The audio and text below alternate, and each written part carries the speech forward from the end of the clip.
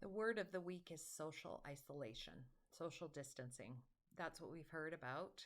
That's the way we control this pandemic. Staying away from each other is the neighborly thing to do. Who knew?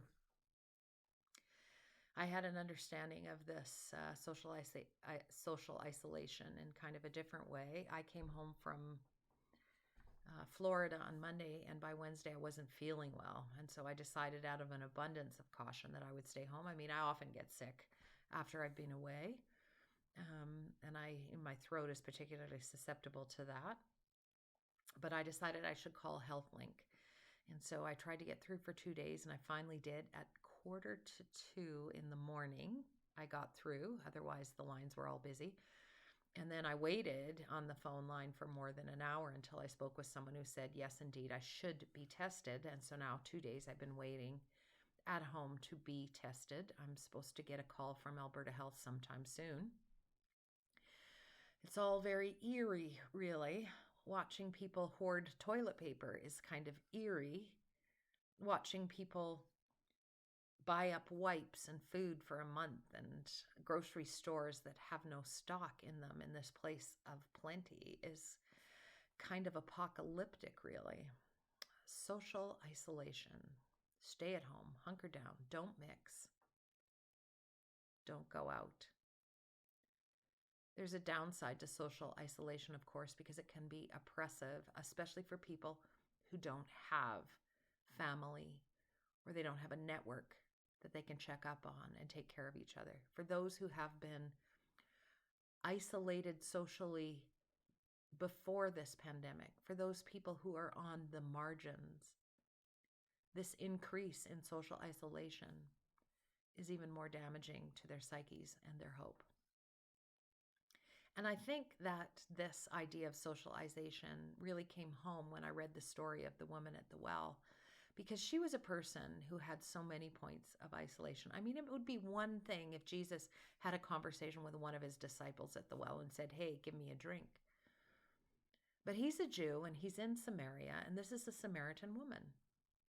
And Jews and Samaritans don't mix. They have long-standing enmities between each other that have festered. It's wounds that have not healed. And he's at this well asking her for something to drink. And that's the first point of social isolation that she reminds him of. This man who is crossing boundaries. She reminds him, hey, wait a second. I'm a Samaritan. You're a Jew. What are you doing asking me for water? And he continues to have this conversation with her, and he says, well, you know what? Like, if you knew me, you would have asked for more back. Like, if you knew who was asking you. So he sort of dismisses her first point of social isolation, that she is a Samaritan, he's a Jew. Then they get to the second one. Women and men don't talk to each other in cultures like that. Women have no place or standing to have a conversation one-on-one with a man. The disciples are scandalized that he would be having this conversation with this woman. So that's the second point of isolation that she reminds him of, and that we're aware of, that they should not be talking to each other. There shouldn't be a possibility of relationship because there are very strict social boundaries, which Jesus is violating by talking to her. And then there's this third isolation that she carries within herself, and that's that she's a woman who's living on the margins. She comes to the well at midday, unlike other women who would go in the morning. We've seen all these pictures from cultures that are not as developed as ours, where there'll be a whole bunch of people down at the river doing their laundry together, or they'll be gathering water together. The well is like in the square. It's like the place where everybody goes. Everybody needs water, but she's there at noon instead of the morning and by herself. So we know that this social isolation that has been forced on her has been taken into her heart and into her soul. And she doesn't believe that she's worthy to be in a conversation with this man, because she's had 5 husbands and she's living with somebody who is not her husband. And really, you can't blame this woman. It's not like she is this wanton sinner like she's been portrayed in the past. women have no option but to find a man to take care of her. So she's gone through 6 men now. She is a desperate woman. She needs hydration for her soul. She needs this living water that Jesus talks about. And that's why she says, please, sir, give me some of this living water. And then he changes the subject. He says, okay, bring me to your husband. And she goes, I don't have a husband. I think she's probably hoping that they can just pass on that. She doesn't have to tell them about where she's at in life.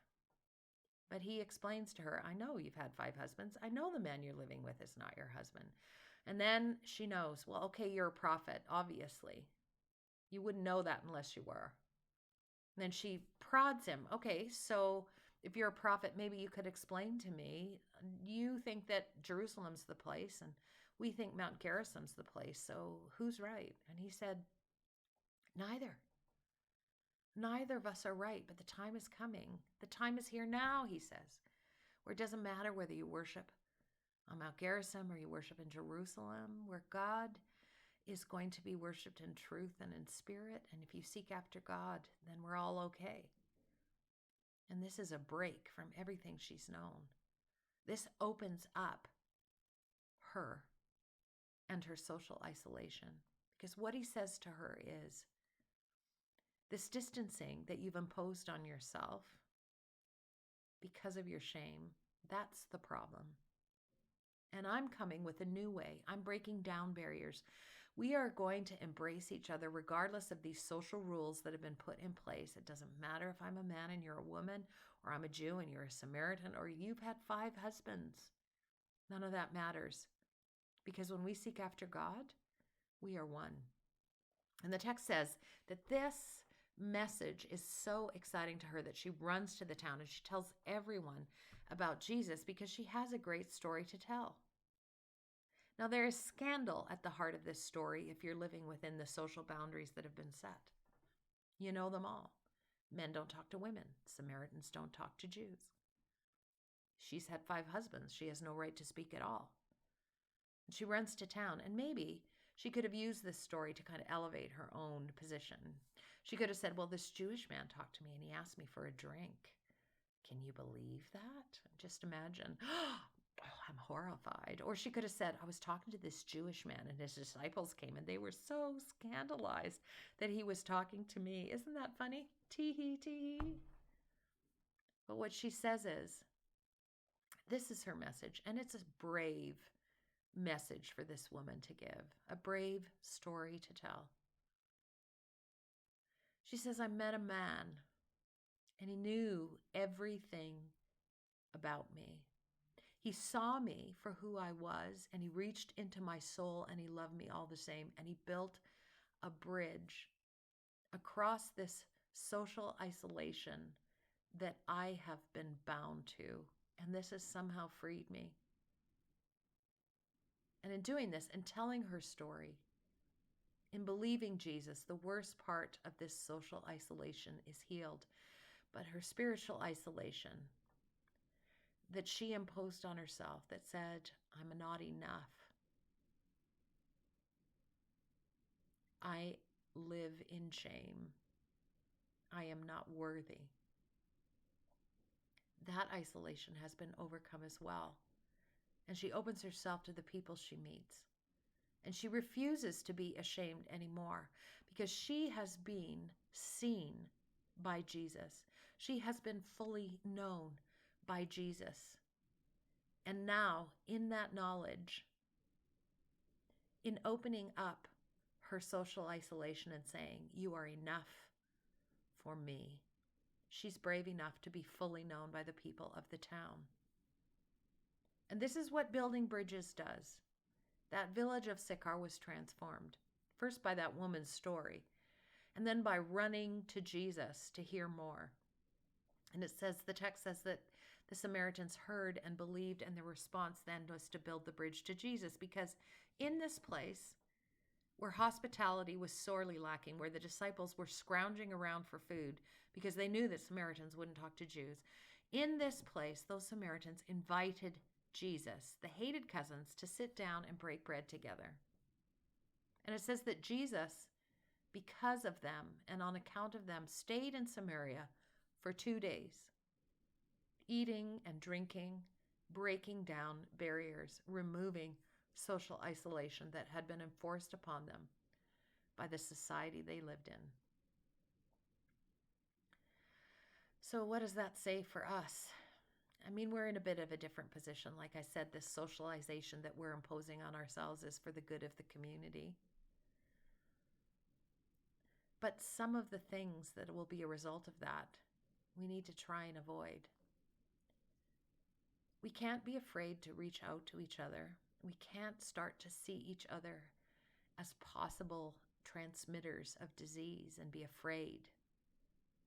Because if we do, our social isolation will become a spiritual one as well. And here's the thing.